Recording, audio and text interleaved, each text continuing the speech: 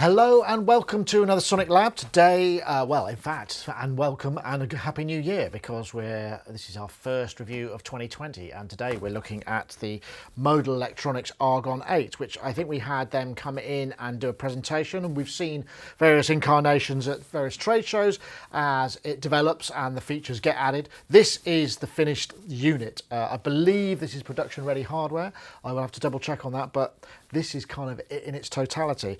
It's quite small, but it's kind of nice, compact, 8-voice virtual or fully DSP, fully digital synthesizer. It's got a 3-octave key bed with velocity and aftertouch, though only mono aftertouch. It's got a sort of metal case. It feels quite sturdy, actually. We've also got this rather tasty joystick, which is the joystick that you get with some of the bigger Modal 001, 002 kind of stuff. Now, it is a fully digital instrument, which is interesting because things seem to be moving in that direction. In fact, we had the Hydrasynth and we've got other instruments. This is a wave shaping or wave table type of setup. So we've got 2 oscillators. We can mix between them with the blend control. We've also got the spread and the kind of detuning that we got from the Craft and also the SKULPT. In fact, if I show you the SKULPT, this shares quite a lot of DNA with what's going on in the Argon 8. Obviously, this is a tiny little thing because this was when they were doing sort of the smaller stuff. And I really like the sound of this, and there's a lot of this in this. But the difference is with this is we've got quite a lot more features. So we've got a pair of LFOs, 2 oscillators, 3 ADSRs, filter, amplitude, and a mod envelope generator. They're quite basic. They are full ADSR, but that's all they are. They don't have looping and various curves and any of that kind of stuff. Big addition are the 3 new effects generators. And these are really nice. There's some great time-based stuff, including reverb, so it really adds to the sound. And I have to say, while I've been playing with this, whether it's digital or analog is kind of irrelevant in this case. It does sound, well, in my opinion, it sounds pretty nice. I suppose what we should do is let you have a listen and see what you think. But just a little bit more, we've got this central display here, which is, if I can, I think I can probably zoom this up. Central display, which shows sort of various parameters. There's quite a lot of shifting and whatnot going on, but actually it's quite easy to get at. It doesn't feel like, I need to read a manual. It's all fairly easily seen. We've got these kind of light grey legend, which when you hit the shift, that's what those functions become, and the shift does various other things. But the idea is there is really no menu system. There's just dual layer functionality, so it's not actually that complex to use. Fairly straightforward. There is a sequencer in here with 4 lanes of animation, so that's parameter recording.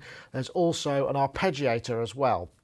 So I guess the thing is, first of all, I shall play you a few patches and you can tell me if you think it sounds good, because I must admit, I do. I've been playing quite a lot with it. So let's go. So this patch demonstrates the wave shape, the wavetables and the effects, both of which sound really good. And then we can also add a bit of this digital distortion, which on the SKULPT I really liked.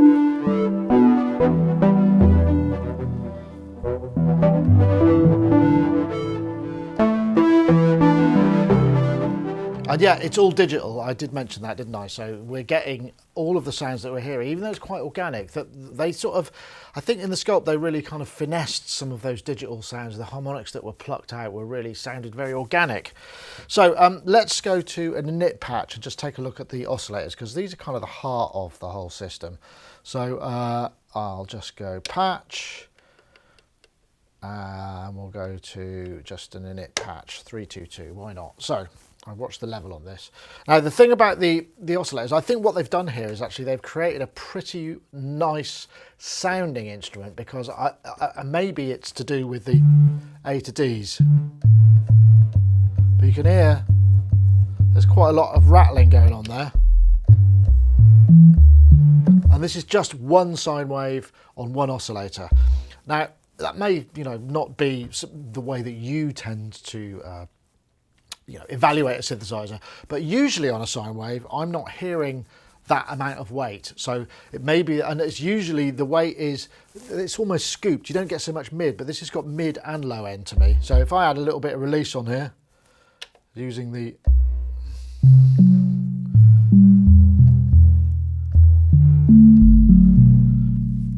just sounds really nice. Okay, but let's get back into it. So this is the sine wave. We go through triangle,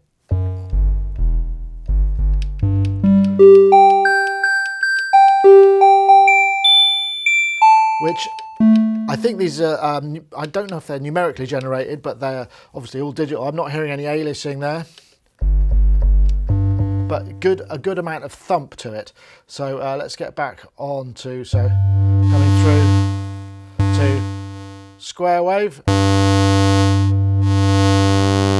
and then into triangle, which is again very buzzy and has, you know, a decent amount of weight to it. And this is a poly voice. This is where we get the spread, because the spread is something that it shares with the Craft and the SKULPT. So we're basically cloning the oscillator and creating some detune, and then we go into a fixed pitch major third, fourth, fifth, octave and fifth, or octave minus fifth, fifth minus octave, 2 octaves down. So you can hear there's plenty of weight there. Now, obviously we've got 2 of these oscillators, and we've got rather a nice graphic here which blends between the 2. But the other thing that we've got, if I just take the spread down to off, we've got the ability to modulate that oscillator using a variety of different ways. So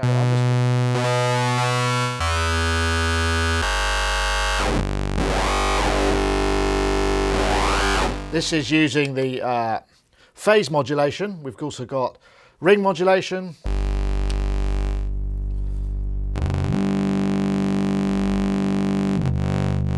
I'll change the pitch there. And we've also got amp modulations, hard sync, which is actually quite nice.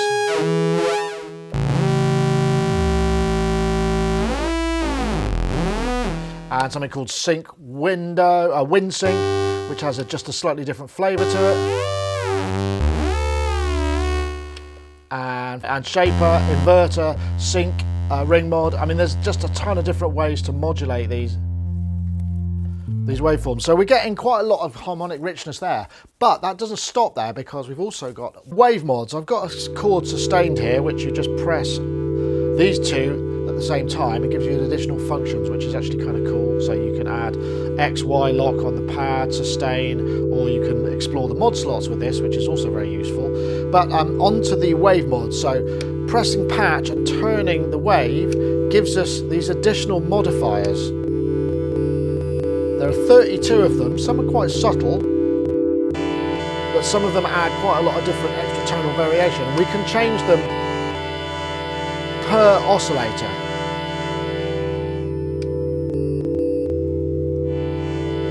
And what that does is add quite a lot of additional harmonics into those oscillators.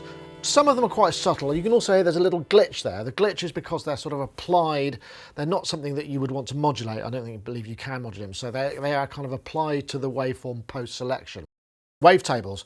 So pressing shift, I can flip between, there's basically the VAs, which are the standard waveforms, right through to all of these wavetables. And we can just basically choose a wavetable, and then we can scan that wavetable. And there are some nice ones in here.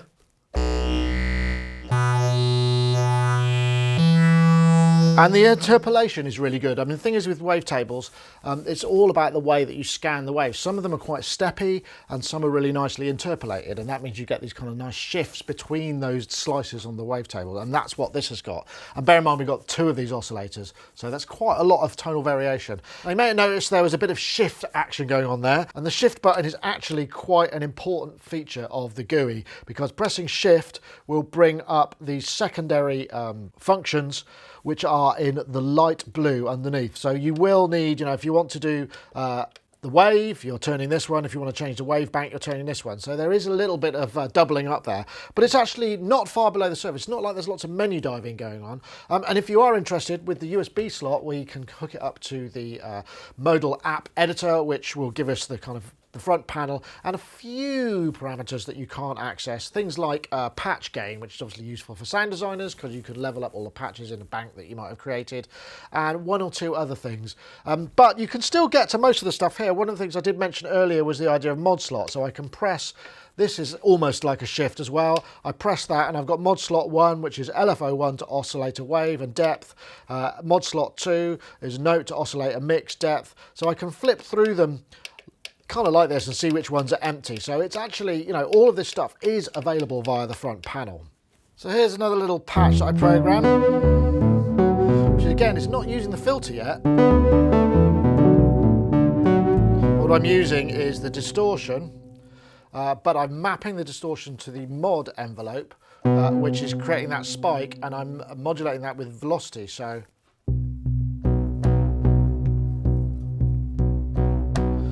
getting lots of tonal variation. I'm not even into the filter, but the filter itself is again quite interesting. Digital sounds kind of quite unique. So let's just get into that as well.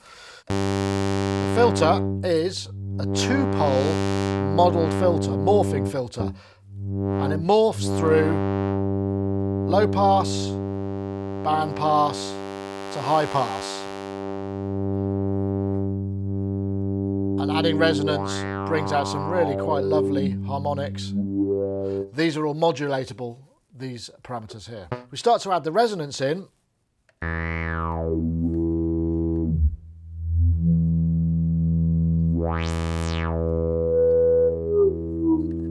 I really like the harmonics it brings in. I mean, they are quite dirty.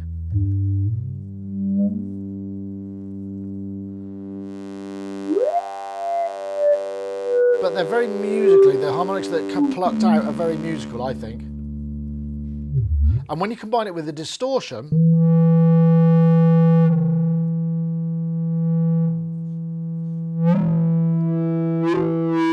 you get some very interesting stuff. And then let's put some effects on it, because the effects are very big in this as well. I'll start with the reverb, because it's got a really nice reverb. In fact, the effects kind of really start to bring it into the Minilog XD territory, to my mind, because the effects on that are great, and the effects on this are really nice. We get, I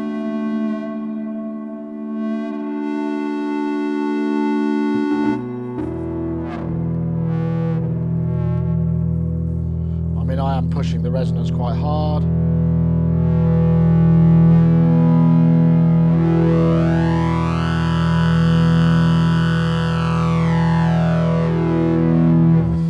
Yeah, okay, it is digital, but it sounds quite unique. I mean, it doesn't sound like many other filters I can think of, apart from maybe the SKULPT, which I quite like. So if you like that kind of sound, then that's what you've got here. Right, here's a sort of nice wide dual oscillator pad, which is just a bit between the two. We've got, I think it's just sawtooth on both, and then a bit of spread to create a bit of detune. So let's check out oscillator 1. Oscillator 1, we're going to modulate the morph control, which is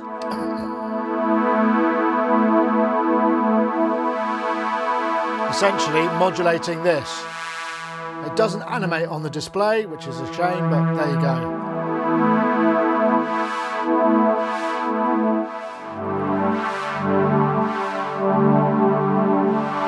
Remember, this is a single LFO that's global to all the voices. We can set the depth, we can go into negative amounts, so we've got plenty of control over that. So let's try LFO2 now. We'll just take the depth down of this. LFO2 will map to the frequency. Now this is set to a square wave.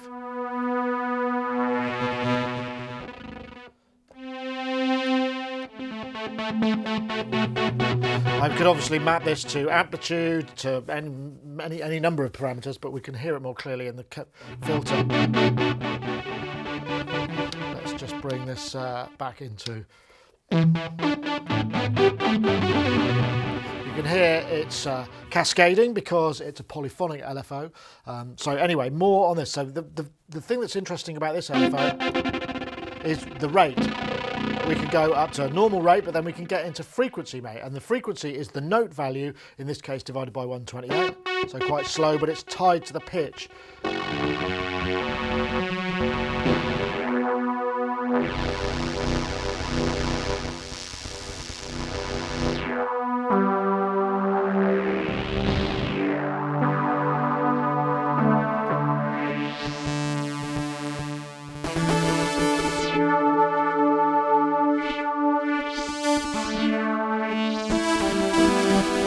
Some very interesting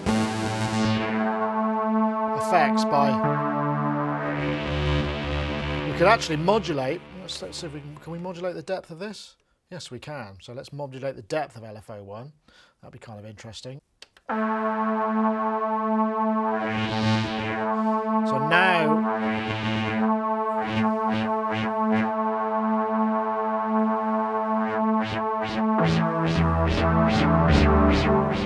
got some really interesting intra-routing things. Obviously that LFO2 will take us right up into sort of pitch related audio rate mod of whatever various parameters, so it's quite handy as an additional kind of musically linked mod source as well.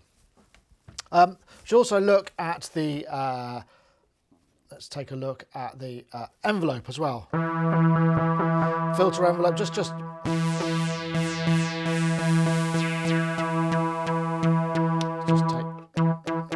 take the resonance right up.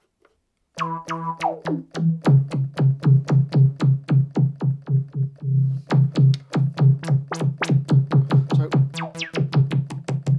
quite snappy, very basic. The envelopes literally are just envelopes. You can have them inverted by setting the negative amount of modulation, but essentially they're just regular envelopes. No looping, no kind of bending of linear or logarithmic curves. That's it. Very straightforward, but still very useful. Okay, so we'll take a break now and just have a listen to a few more patches, because there's actually a decent amount. I think there's 400 sounds in here, 300 of which, or 290, yeah, 300 of which are occupied, and there's some really good bits of programming in here. So let's take a listen to this one. This is a bit more, it's called SH Glidey.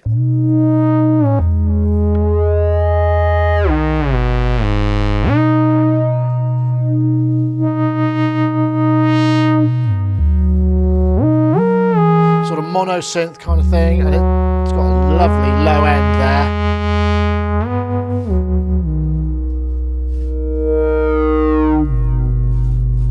Very nice. This one's called Hammer Arp.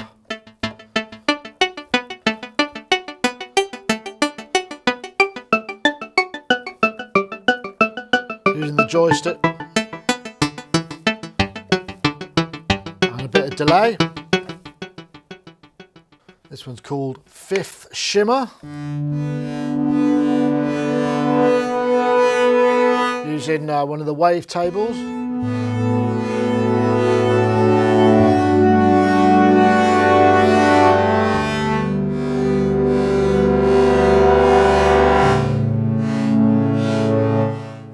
This one uses the envelopes. It's called Live Kick, and actually does sound a bit like a live kick. Syndrome slash like a live kick drum. More sort of pad action.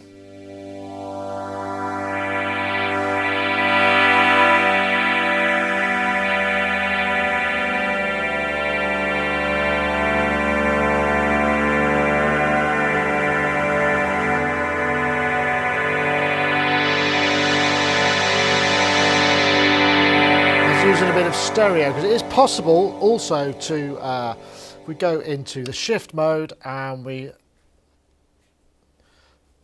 adjust the width, it will throw subsequent voices out wide depending on how the width setting is set. This one's called MARP. It's got quite a nice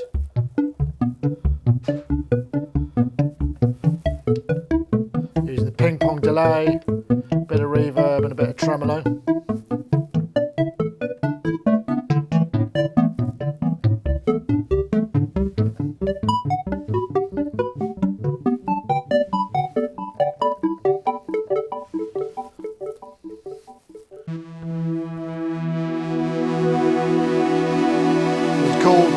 big pad.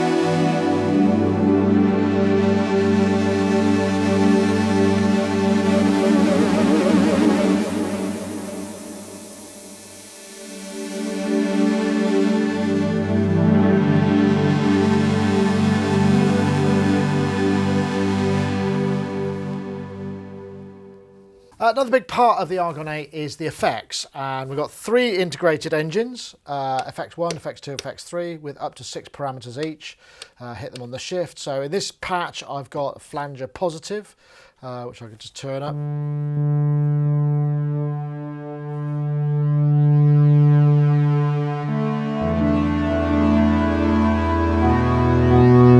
I've also got a delay on here, which I can actually, you can modulate some of the effect parameters.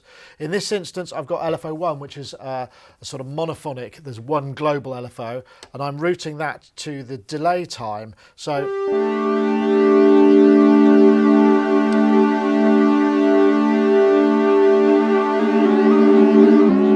I'm modulating, but I'm using a kind of weird sample and hold. So, I mean, I could make it more traditional.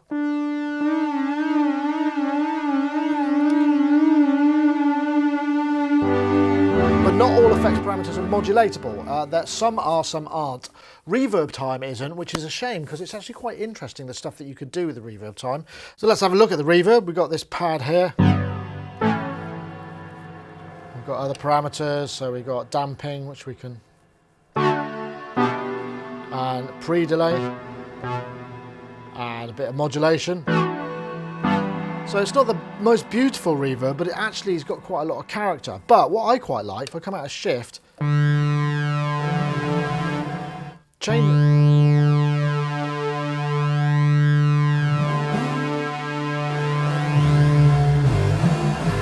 this, you get this kind of weird zither sound. And you can't modulate those parameters unless you use the sequencer. So if we were to go, let's go into the sequencer, shift sequencer, and I think we can just delete all the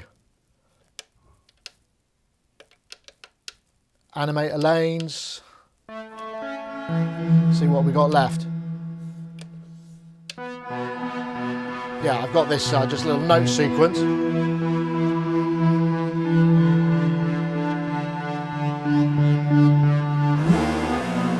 Now I could just go into record.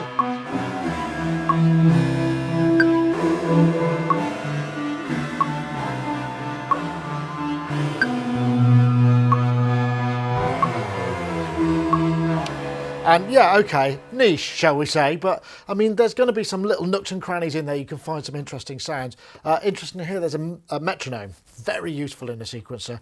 Lots of keyboards with sequencers don't have metronome, so it's very hard to play that first line in, which is kind of, you know, one of the things. This is a real-time sequencer, doesn't seem to be step time at all, so you have to play stuff real, but you don't have to put notes in. You could just record animator things, and so you can have 4 lanes of quite complex sequencer animation as additional mod sources. And that's one thing that I think they missed a trick here, because it would have been good, given that fact, to be able to have some other sequencer modes. Like, for instance, advance step each note. So for instance, if you press a note, you advance a step on the sequence, so you're bringing in another set of mods. Or maybe if you hold down the notes, it keeps going, so you can kind of go bum bum bum bum bum bum bum. You see what I mean? So step advance mode, I think that would be quite good if you're using it purely as a modulation thing.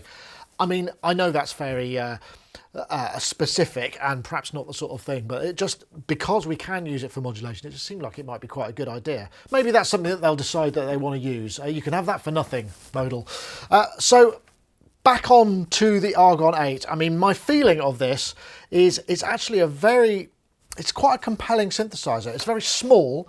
The only downside for me really is, you know, it feels like it needs another couple of octaves, because a lot of the sounds feel like you could really get expansive. I don't know whether they've got plans to make bigger versions of this. It would make sense to me if there was a 5-octave version, certainly. And perhaps a module even, because then you could have your own keyboard. I guess that's up to them to decide whether or not they're going in that direction.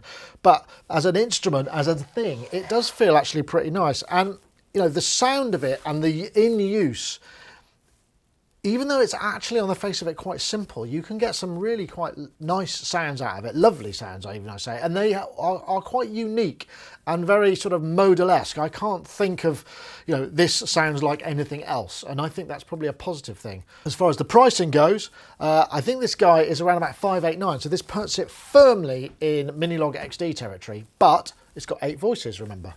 That would be 8, not 5. So you do get more polyphony for it.